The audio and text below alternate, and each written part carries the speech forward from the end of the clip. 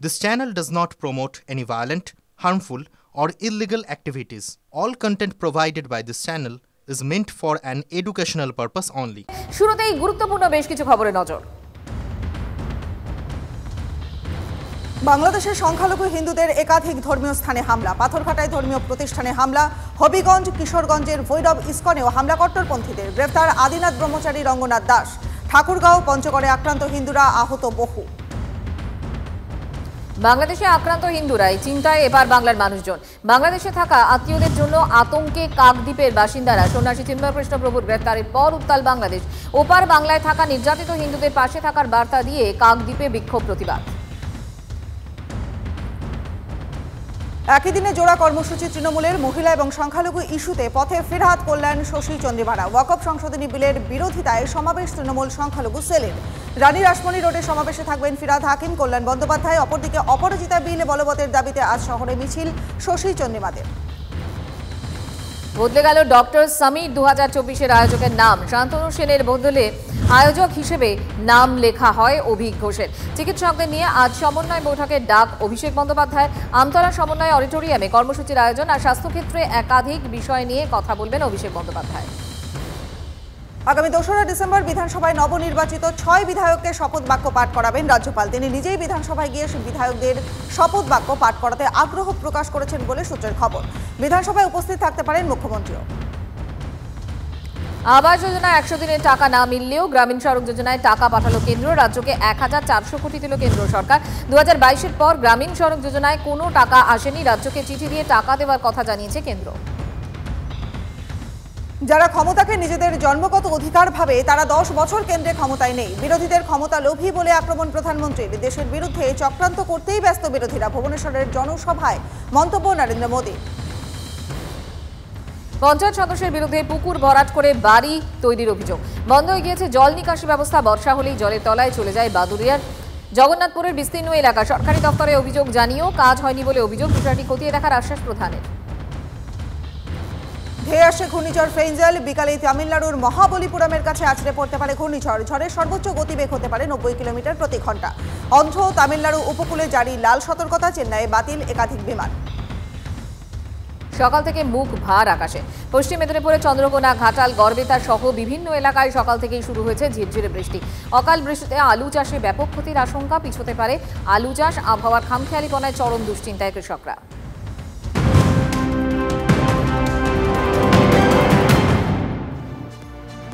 আর শুরুতে রনিপা কল্যাণীর দিকে একটু নজর রাখি। তার কারণ আবারও কল্যাণীতে নাবালিকাকে ধর্ষণের অভিযোগ উঠেছে। প্রাণনাশের হুমকি দিয়ে থানায় যেতে বাধা দেওয়ার অভিযোগ। পরিবারের অভিযোগের ভিত্তিতে গ্রেফতার অ্যাম্বুলেন্স চালক। ঘটনাটা ঠিক কি হয়েছে জানবো। প্রতিনিধি মহাদেব কুন্ডু আমাদের সঙ্গে রয়েছেন। মহাদেব, ঘটনাটা কি ঘটেছে? দেখো, হাসপাতাল কোয়ার্টার এলাকার বাসিন্দার তিনি যেটা অ্যাম্বুলেন্স চালক, তার বিরুদ্ধে অভিযোগ উঠেছে যে তিনিও এক নাবালিকাকে তার পাশের বাড়িতে নিয়ে গিয়ে জোরপূর্বক তাকে ধর্ষণ করা হয় এবং যাতে কোনো রকম অভিযোগ না করে তার জন্য তাদেরকে রীতিমতো হুমকি দেওয়া হয় এবং তারা যদি কোনো রকম অভিযোগ দায় করে তাহলে তার পরিবারকে খুন করা হবে এবং তাদের বিরুদ্ধে অন্যান্য ব্যবস্থা গ্রহণ করা হবে। এই হুমকি দেওয়ার পরও কিন্তু পরিবারের পক্ষ থেকে গতকাল রাতে তারা কল্যাণী থানায় অভিযোগ দায় করেন এবং অভিযোগের ভিত্তিতে পুলিশ তদন্ত শুরু করে ওই অভিযুক্ত ব্যক্তিকে গ্রেপ্তার করেছে। ধৃতকে আজকে কল্যাণী মহকুমার হাসপাতালে, কল্যাণী মহকুমার আদালতে পেশ করা হবে। পঞ্জিরা। মহাদেব, আপাতত তোমাকে ধন্যবাদ। কথা বলছিলাম আমাদের প্রতিনিধি মহাদেব কুন্ডুর সঙ্গে। আরও একবার আপনাদের জানাই, কল্যাণীতে নাবালিকাকে ধর্ষণের অভিযোগ, প্রাণনাশের হুমকি দিয়ে থানায় যেতে বাধা দেওয়ারও অভিযোগ। পরিবারের অভিযোগের ভিত্তিতে গ্রেফতার অ্যাম্বুলেন্স চালক। 13 বছরের নাবালিকা, তাকে ধর্ষণের অভিযোগ। এক প্রতিবেশী অ্যাম্বুলেন্স চালকের বিরুদ্ধে টাকা এবং মৃত্যু হুমকি দিয়ে থানায় যেতে বাধা পরিবারকে, এমনটাই অভিযোগ সামনে আসছে। পরিবারের অভিযোগের ভিত্তিতে অভিযোগ থেকে গ্রেফতার করে কল্যাণী থানার পুলিশ। আজ ধৃতকে কল্যাণী মহকুমা আদালতে পেশ করবে পুলিশ। বিজেপি নেত্রী কেয়া ঘোষ আমাদের সঙ্গে রয়েছেন। কেয়াদি, মঞ্জিরা কথা বলছিলাম, গুড মর্নিং। কিন্তু মর্নিংটা সত্যি হয়তো গুড নয়, কারণ আরও একবার এক নাবালিকাকে ধর্ষণের অভিযোগ উঠেছে কল্যাণীতে। আমার প্রশ্ন হচ্ছে, এ ধরনের ঘটনা ঘটছে, আমরা রেগুলার দেখাচ্ছি, আমরা কথা বলছি, প্রশাসনের বিরুদ্ধে আমরা কথা বলছি, তারাও তৎপর হচ্ছে নাকি? যদি সত্যিই তৎপর হয় তারপরে এই ঘটনাগুলো থামছে না কেন? প্রশাসনের কাজ যেখানে শুধুমাত্র দলের নেতাদের তাবেদারি করা, দলীয় ক্যাডারের মতন আচরণ করা, তাহলে আপনি কি করে আশা করবেন যে এই রাজ্যে নারী শিশুরা সুরক্ষিত থাকবে? এখানে আমরা পুলিশ প্রশাসনকে দেখছি কোথাও খালি পায়ে তারা খিচুড়ি বিলোচ্ছেন, কোথাও বা তৃণমূল নেতাদের মতন মঞ্চে উঠে পলিটিক্যাল ভাষণ দিচ্ছেন। এখানে পুলিশের যেটা কাজ, রাজ্যের মানুষকে, সাধারণ মানুষকে নিরাপত্তা দেওয়া, সেটা তো দিচ্ছেনই না, উল্টে যারা নিরাপত্তা চাইছেন সেই তথ্যগুলো, খবরগুলো চেপে দেওয়া হচ্ছে। এই ঘটনাটা অত্যন্ত দুর্ভাগ্যজনক।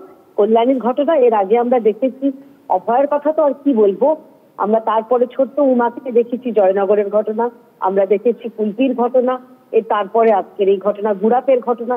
কলকাতা থেকে শুরু করে কাকদ্বীপ, আবার ওদিকে কোচবিহার থেকে শুরু করে কামারহাটি, সব জায়গায় ঘটনা ঘটছে। নারী শিশু কেউ সুরক্ষিত নন এই মহিলা মুখ্যমন্ত্রীর রাজত্বে। কেয়াদি, শুধুমাত্র ঘটনাগুলো ঘটছে তেমনটা নয়, যাতে অভিযোগ না জানানো হয়, থানায় না যাওয়া হয়, তার জন্য হুমকি দেওয়া হচ্ছে, টাকা, মৃত্যুর মতো হুমকি দেওয়া হচ্ছে।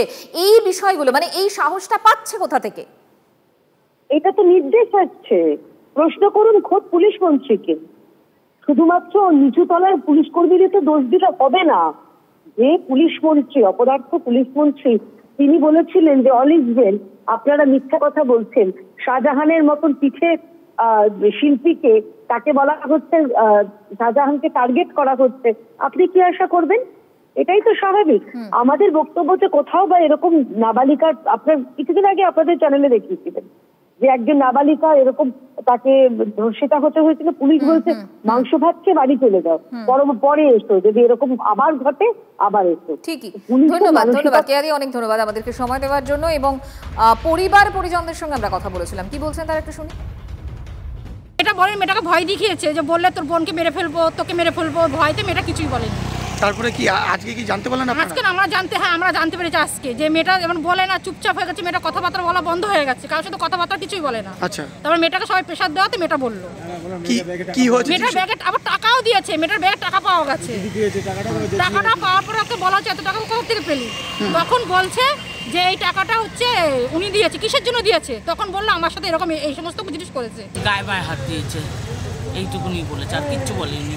কি বলবো বলো, ওই মেয়েটাও তো আমাকে কিছু বাড়ায়নি যে পিসি, তখন আমার সাথে ঘটনা করেছে, মেয়েটা ভয়ে বলেনি, টাকা দিয়েছে, টাকার ব্যাপারটা তো জানতে পেরেছি। টাকা ওই তো সময় কালকে বলেছে বলে আমি জানতে পেরেছি, নইলে জানতে পারতাম না। থানায় অভিযোগ হলো ওর নামে, হোক। আপনি কি চাইছেন? যে অন্যায় করলে তার শাস্তি হবেই, আর কি বলবো বলো, আমি ওর সাথে কোনো সম্পর্ক রাখবো না।